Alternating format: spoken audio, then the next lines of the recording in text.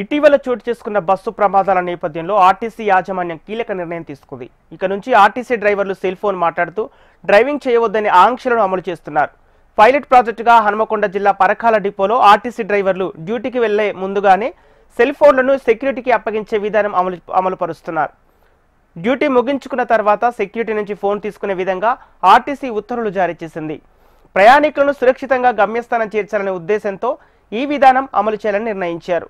డ్రైవర్ల నిర్లక్ష్యంతో ఎక్కడ ప్రమాదం జరిగేందుకు వీలు లేకుండా చేయాలని ఆర్టీసీ అధికారులు ప్రయత్నిస్తున్నారు.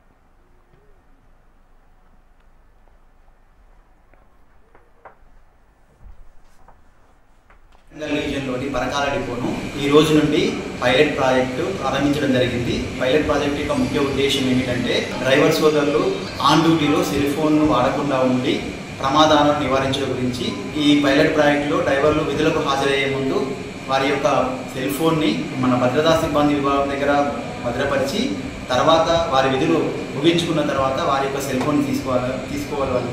దీనివలన మన యొక్క ప్రమాదాలను తగ్గించుకుంటే కాకుండా డ్రైవర్ సోదరులు సేఫ్టీగా ప్రయాణం సాగించగలని మనం చేస్తున్నాం.